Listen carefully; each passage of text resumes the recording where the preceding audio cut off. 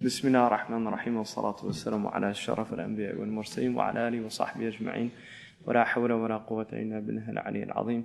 That's an interesting inroad, what was just said, into what I wanted to talk about, talking to people. That, for instance, introduction was actually for non-Muslims and not for Muslims. And the reason for that is because non-Muslims have a different criteria that Muslims have. For instance, if I was talking to non-Muslims, a person is given credibility based on his prominence in a society. Often for Muslims, a person loses credibility based on his prominence in a society.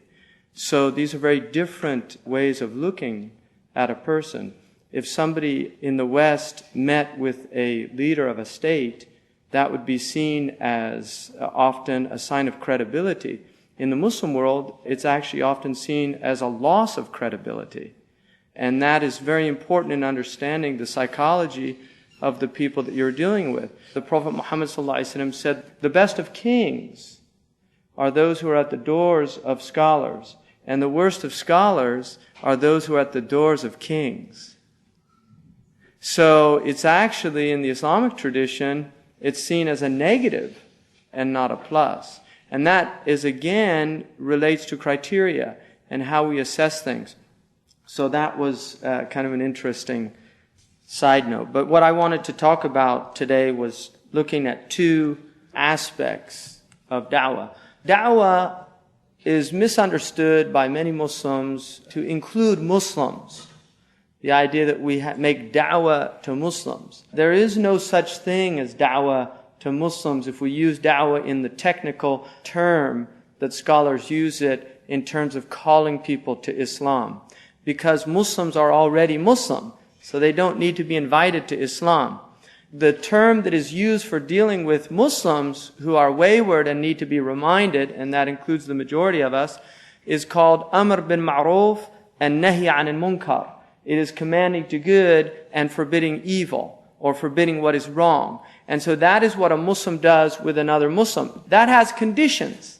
And that's what Sheikh Yusuf was talking about, this idea of knowledge before you actually engage in da'wah, or in Amr bin Ma'ruf wa Nahi anil Munkar, in calling people to Islam and in commanding to what's right and forbidding what's wrong. Because there are many people who actually don't know what's right and what's wrong. That is actually a level of knowledge in Islam, to be able to discern between right and wrong. And then an added nuance to that is what is called in Western civilization situational ethics. Because there are things that are wrong in certain situations, they are not wrong in other situations.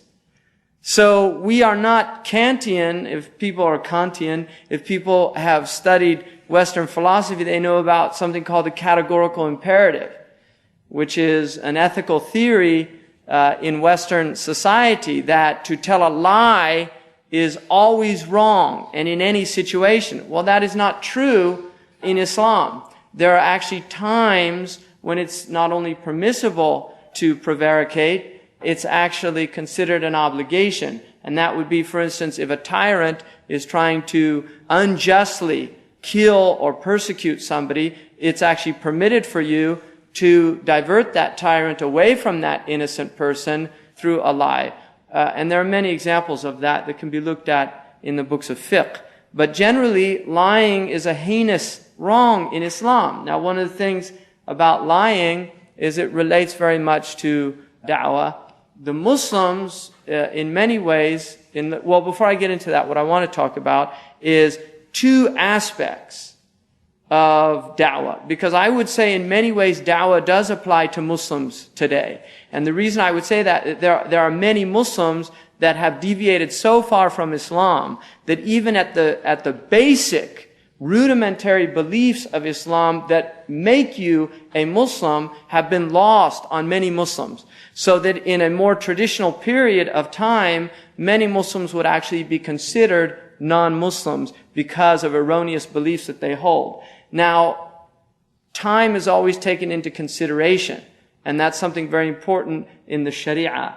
The Prophet ﷺ, during his early period, the way that he treated people was very different from his later period, not because he changed, but because the level of consciousness and awareness of the people had changed. So for instance, there are many hadiths in which the Prophet ﷺ excused the most gross breaches of courtesy. During the time of the Prophet ﷺ, there was somebody who yanked his coat. He was a Bedouin man. He literally yanked his coat. The Prophet ﷺ was light-skinned, and because of that, a red mark appeared on his neck. And the Prophet ﷺ smiled and dealt with this man in a very beautiful way. Partly because he understood he was a Bedouin, and Bedouin are very rough in their behavior, but partly because people are ignorant. And when people are ignorant, there's a different level of understanding. During the time of Imam Malik, somebody once had a very gross breach of adab, or courtesy, in his gathering. And Imam Malik said something to him, indicating that, and the man came back with an even grosser breach of courtesy. At that point, a group of Malik's teachers grabbed this man's turban, and they used to wear what's called a tahniq. They wore a turban under the neck, and it had two, what's called the aba, which is the tails of the turban. They grabbed this man's turban and dragged him out of the majlis, or the gathering of Imam Malik. Now, obviously, in this age, that would be unacceptable. But at the time of Imam Malik, the level of knowledge in Medina was so high that this was seen as somebody, for instance, in this gathering, if somebody started screaming or shouting and became violent, you would want people to come in and control that person, remove them from the auditorium. Well, that's because that's our level of tolerance. As a society becomes more rarefied, the levels of tolerance in terms of breaches of courtesy become lowered, which is a sign actually of a high civilization when breaches of courtesy are rejected. And that's why if you look at traditional Japanese culture, very slight breaches of courtesy would have been so gross and so unacceptable that people would actually have to leave the town or the village that it occurred in. And this also occurred in the Arabian Peninsula. There's a famous story about a man who once had such a gross breach of adab that he left the town that he was in. And he missed his town after about 30 years of being away. He missed it for so long, he decided to come back, and he met a young man at the town. The man said, "Where are you from?" He said, "I'm actually from here, but I moved away 40 years ago." And the man said, "Oh, were you here at the time when so-and-so did such and such?" And it was his breach. So in those type cultures, they used to actually, things like that were the earmarks of the year.